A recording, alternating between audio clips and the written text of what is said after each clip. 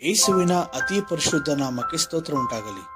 ಇದು ಮಹಾನ್ ದೈವ ಸೇವಕರಾದ ಸಾಧು ಸುಂದರ್ ಸಿಂಗ್ ಅವರ ಜೀವಿತದ ಆಧಾರದ ನೈಜ ಘಟನೆಗಳ ಧ್ಯಾನಮಾಲೆಯಾಗಿದೆ. ಈ ಕಥೆಯನ್ನು ಎಲ್ಲರೂ ತಮ್ಮ ಜೀವಿತದಲ್ಲಿ ಅಳವಡಿಸಿಕೊಳ್ಳಬಹುದಾದ ನೈತಿಕ ಮೌಲ್ಯಗಳನ್ನು ಮತ್ತು ಪ್ರತಿ ಕಥೆಯು ನಮ್ಮ ಜೀವನದ ದಾರಿಯ ದಿಕ್ಕನ್ನು ಬದಲಾಯಿಸಬಲ್ಲ ಪಾಠವನ್ನು ಒಳಗೊಂಡಿದೆ. ನಾವು ಈ ಕಥೆಗಳ ಮೂಲಕ ದೇವರ ಪ್ರೀತಿ, ಶ್ರದ್ಧೆ, ಧೈರ್ಯ ಮತ್ತು ಸತ್ಯತೆಯ ಮಹತ್ವವನ್ನು ಅರಿಯಬಹುದು. ನನ್ನ ಪ್ರಾರ್ಥನೆ ಇದು ನಿಮಗೆ ಆಶೀರ್ವಾದವಾಗಿರಲಿ ಎನ್ನುವುದು. ಹಾಗಾದರೆ ಕಥೆಯನ್ನು ಕೇಳಲು ನಿಮ್ಮ ಹೃದಯವನ್ನು ಸಿದ್ಧಪಡಿಸಿಕೊಳ್ಳಿ. ಹಲೋ ಸ್ನೇಹಿತರೆ, ಪ್ರೇರಣಾದಾಯಕ ಕಥೆಗಳಿಗಾಗಿ ನನ್ನ ಚಾನಲ್ಗೆ ಸ್ವಾಗತ.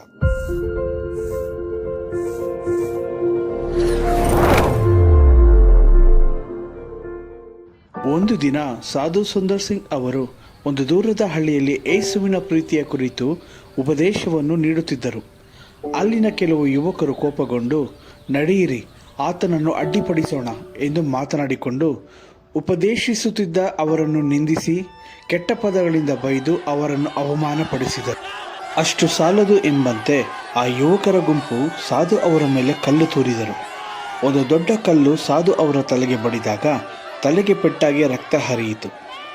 ಆದರೆ ಸಾಧು ಅವರು ಏನೂ ಮಾತನಾಡದೆ ತಮ್ಮಷ್ಟಕ್ಕೆ ಸುಧಾರಿಸಿಕೊಳ್ಳುತ್ತಾ ಒಂದು ಮಾತು ಹೇಳಿದರು. ತಂದೆಯೇ, ಇವರೆಲ್ಲರನ್ನು ಕ್ಷಮಿಸಿರಿ, ಇವರು ಏನು ಮಾಡುತ್ತಿರುವರೋ ಅವರಿಗೆ ಅರಿವಿಲ್ಲದೆ ಮಾಡುತ್ತಿರುವರು ಎಂದು ಪ್ರಾರ್ಥಿಸಿದರು.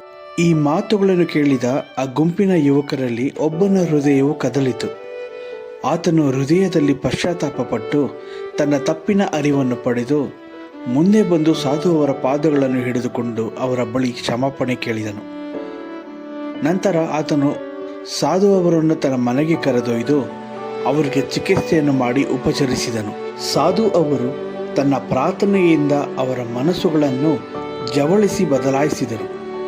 ಅವರ ಕ್ಷಮೆಯ ಶಕ್ತಿ ಅವರ ಮಾತಿಗಿಂತ ಹೆಚ್ಚು ಬಲವಾಗಿತ್ತು. ಈ ಕಥೆಯ ಸಾರಾಂಶವು, ಕ್ಷಮೆಯ ಶಕ್ತಿಯು ಕೋಪದ ಅಲೆಯನ್ನು ಮಿಗಿಲಾಗಿ ಬದಲಾಯಿಸಬಲ್ಲದು ಎಂಬುದು. ಕ್ರಿಸ್ತನಂತೆ ಬದುಕಿದ ಸಾಧು ಅವರು ತಮ್ಮ ಪ್ರಾರ್ಥನೆ ಮತ್ತು ಸಹನೆಗಳಿಂದ ಹಲವರನ್ನು ದೇವರ ಕಡೆಗೆ ನಡೆಸಿದರು.